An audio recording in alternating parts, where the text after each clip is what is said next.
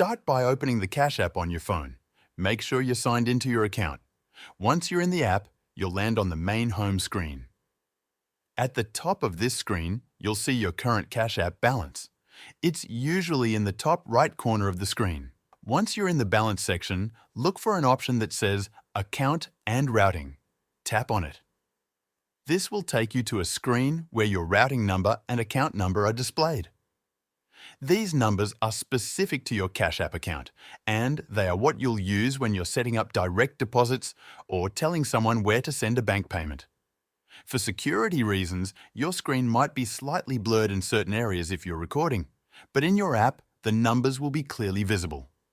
You can copy these numbers directly from this page and use them wherever needed.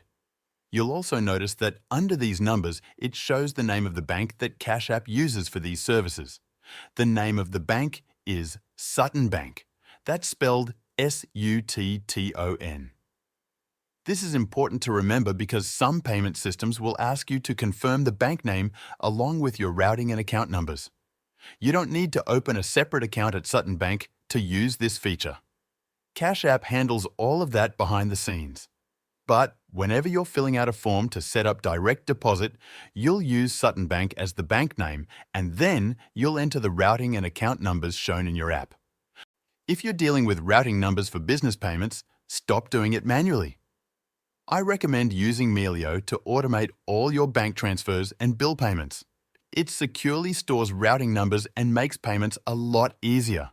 Check it out. You can actually try it for free using the link in the description.